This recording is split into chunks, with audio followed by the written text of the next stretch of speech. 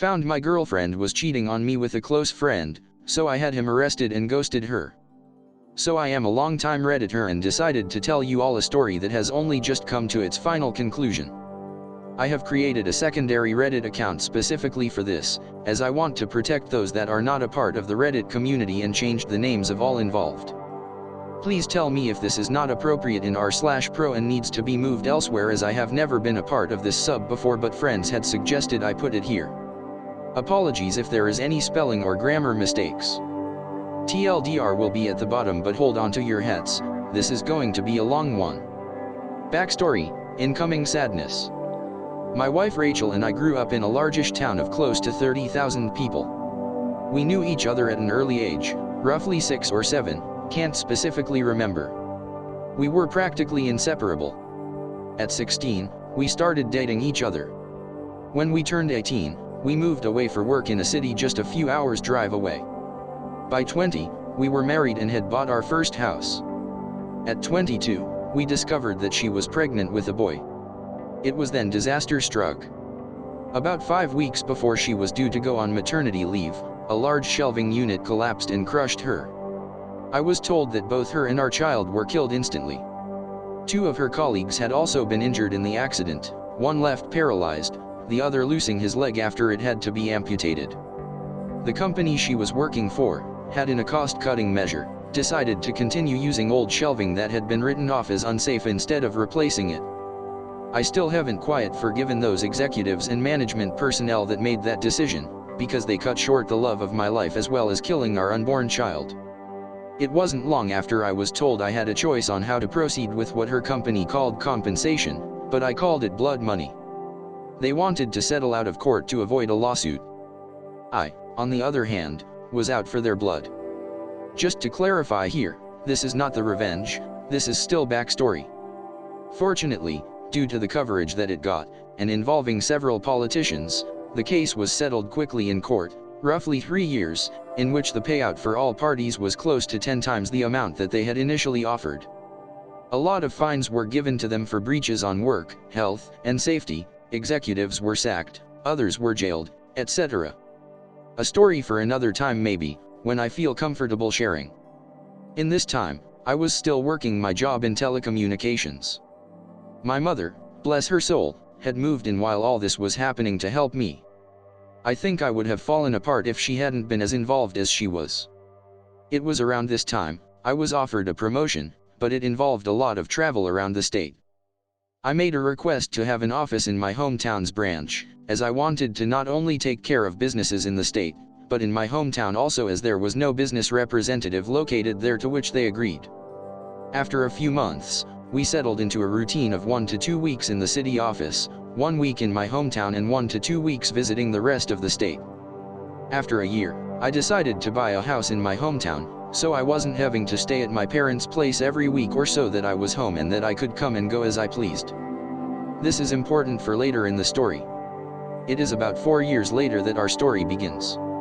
Sorry if the backstory was a bit long. I had just returned from one of my trips on Friday, and was checking in some stuff at my office when Harry, the branch's managing director, walked in. We had grown up together also, but had gone to different schools, but since coming back had developed a very close friendship. He asked how things were, and then asked me if I wanted to come to a house party that he was having that evening. Short notice and all, but I said yes. I felt like a few drinks with friends were in order. It was there that Harry introduced me to Catherine. She was a new hire at the branch where my hometown's office was located and was getting to know everyone, being new in town. We hit it off immediately. As much of a cliche as it sounds, it was almost as if Rachel was in front of me, instead of Catherine. I won't bore you too much with the details, but after 2 years of dating, we decided to take the next step and she moved into my hometown's house. Everything up to this point had been going really well. Catherine and my parents got along, and Rachel's parents also approved and were happy that someone could make me just as happy as Rachel had done. All was going well for close to a year when things began to change. Skype sessions were cut short suddenly. Neighbors would tell me about how a car, described to me like it was Harry's, was always seen parked in the back alley near my house whenever I was away. Some clothes that weren't mine were in my wardrobe. All signs pointed to her cheating, but she said that nothing was happening. She said that Harry would come over occasionally to discuss business, etc., but never stayed the night. I chalked it up to me being paranoid and continued on as if nothing was wrong, but there was always this feeling that something wasn't right. It was close to 6 months after that I discovered that she had been lying to me. I had just finished closing a rather large contract with a new company and negotiations had wrapped up earlier than I had anticipated. So instead of sticking around for the next few days, I decided to pay for an early flight home and surprise everyone. Fast forward a few hours and I drive into my hometown and down the alley behind my house so that I could get into the house without being seen and surprise Catherine. Some part of me was curious, however, as to whether this mystery car was there. Sure enough, there was a car that was blocking the back entrance gate. I was confused for a moment, wondering if it had just been a neglectful neighbor parking, only to realize that it was indeed Harry's car. If it hadn't been for the high hedge line that I had put in a few years back for privacy, I may have well driven past my own place. Pulling up behind his car, I got out and thought it was strange that he was there so late, as she claimed that he always had left by now. As I approached the back of the house, I saw something that stomach drop. In my kitchen, Catherine and Harry were going at it hammer and tong. I froze. Time stopped. There was my close friend, having sex on my kitchen bench with my girlfriend. I didn't know what to do. So many questions were running through my head. Was this real or was I dreaming? Why were they having sex in my house? Feeling defeated, I turned and left without them seeing me. I sat in my car for what felt like an eternity. I was crying hard. But the sadness quickly turned into anger. The same kind of anger I felt towards those that were responsible for Rachel's death. I wanted to hurt them badly. As a pacifist, I don't believe in violence. It was then I knew I was going to punish them and destroy their lives. And what better time to start than now? I moved my car back up the alley, far enough away from my driveway that I could still see Harry's car, and then walked back to the gate where I could see into the house, and called her phone. They were still going for it when it rang. They both looked at the caller ID and did a double take when my name came up. I could see that she was considering answering it, and they let it ring out. After a few moments they were back into it again and I dialed once again. This time she did answered. As she was answering, I hung up and made my way back to my car. As soon as I did, she called me back. She asked why I was calling as late as I was, and I told her that I was about 10 minutes from home and didn't want to scare her coming in. She, obviously, was shocked and acted happy that I was coming, and the call ended very quickly after she said she was going to get up and get changed into something. I said bye and hung up. A few moments later, Harry came peeling through the gate and, still half naked, jumped into his car, took off like a bat out of hell. I smiled a little, knowing the fear that both of them would be feeling from being so close to being caught. I waited a few moments before turning my car into the same place Harry had been moments earlier. The night was fairly uneventful afterwards, and it wasn't until after she was asleep that I got up and went to my office down the hall. I couldn't sleep. I needed to plan. And plan I did. The revenge. My mother always taught me to be a pacifist and to allow cosmic karma to take its course. But on this occasion, I decided that karma could use a helping hand. I decided to punish them separately but destroy both of them. I knew that Harry had a drug habit. Nothing major, but he kept it very private. I only knew about it accidentally after seeing some coke and weed left out in his place, but pretended I hadn't seen it when he had made attempts to cover it up. I began calling some of my more unsavory clientele and made a few discreet inquiries into obtaining some samples that they were willing to part with. A few days later, I had a decent enough stash for my plan to work. About a month later, I had friends, including Harry, around for a barbecue night. After making sure that I sufficiently liquored up Harry, I told him to stay the night and sleep it off. In the early hours of that morning, I took the drugs, and an assortment of my personal belongings, and placed them at various places around his car, with the biggest stash in his tire well. Confident that he wouldn't find them over the few months as the rest of my plan took effect, I locked the car up and went inside to sleep. I also placed some more drugs and personal items in his house after driving him home because he was still too drunk to drive. A few days later, I staged a break-in, by smashing the back pane of my back door into my kitchen and leaving it open before heading back to the city for a flight. I had several messages the moment I landed. One from my clearly panicked mom, who had found the back door smashed open and had called the police, one from Catherine in tears, and one from the local police asking me to call. After returning all the calls, I informed the police I was away on business, and that I would be back the following week to talk with them. While away, I got Catherine to stay with my parents until after I got back, and asked my dad to organize one of the local security companies to install cameras and an alarm system after getting the go-ahead from the police as to not ruin the scene of the crime. After getting home, I did the usual, "My God, I can't believe this has happened," and "Why would anyone do this?" routine. After doing a thorough check of everywhere, finding that the items I had taken were missing and filing a police report, I had the security company's rep talk Catherine and I through how the cameras and alarm system worked. Then came the question I had been waiting for. The question of what happens if we are doing some business and don't want it recorded. She acted a bit shy asking this question. But I knew exactly the reason she was asking. He assured us that this was a question he got asked a lot, and we were shown on the home computer, if we wanted to be doing things without it being recorded, how to stop the recording for certain cameras, so that we could protect her modesty. As I was walking him out, I asked him if cameras were turned off, could a notification be sent out, just as a security precaution. He came back in and helped me through how to set up email notifications and left shortly after. Fantastic. All I had to do was wait. At this stage, I approached our/legal advice for some help in relation to couples law in my country. I needed to make sure that my upcoming plan could legally be done and that I would not be forced to pay out any money or equity to Catherine, as I didn't know if we were classified as a de facto couple or not.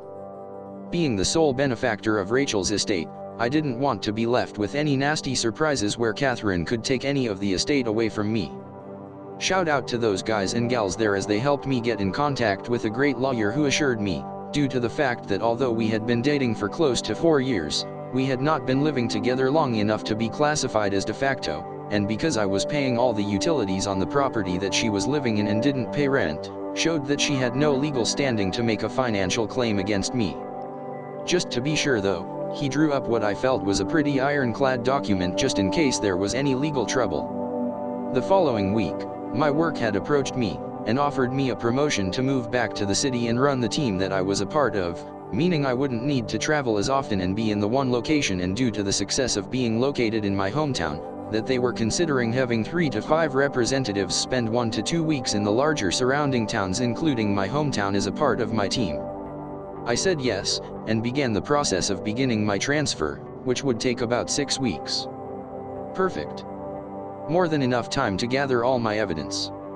Upon getting back to my hometown the following week, I began to start in motion the rest of my plan. I asked Harry to approve 1 week's worth of vacation for Catherine for 2 weeks' time.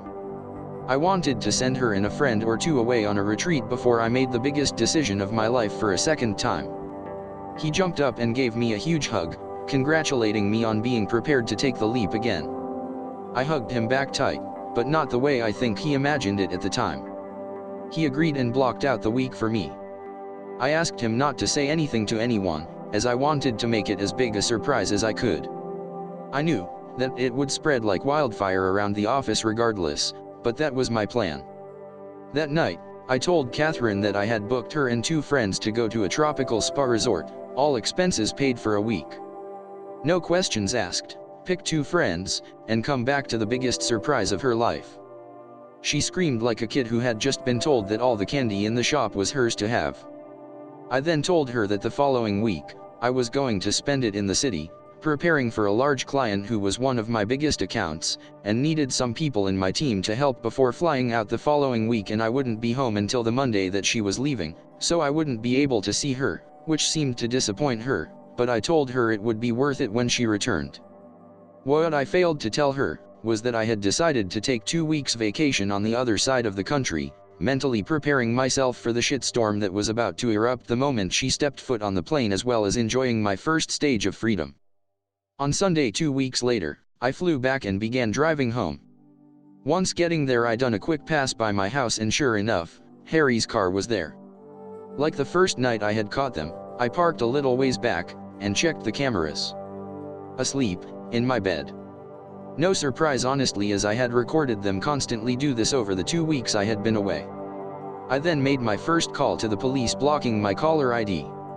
I told them that I was one of my neighbors and saw someone hanging around in their car in the alley behind my house and occasionally passing something through windows to passing cars while also looking into my yard, and I was concerned that they were dealing drugs and or going to break into someone's property. I gave them his license plate and description. They said they would have someone there in a few minutes, so I thanked them and hung up. I then called Catherine and told her I was about 10 minutes from home, and that I knew she was flying out tomorrow, but desperately wanted to surprise her. Looking back at the footage now, I laugh at the commotion that I am surprised I didn't hear. In a few short seconds, Harry was half dressed and flying out the back door to his car. At that point, I couldn't have asked for a more perfect scene. As Harry was peeling away, one of the police cars rounded the corner behind me, saw Harry driving away fast, and gave chase. After pulling in, greeting an excited Catherine, and doing all the couple things, she fell asleep again. I, on the other hand, couldn't sleep a wink.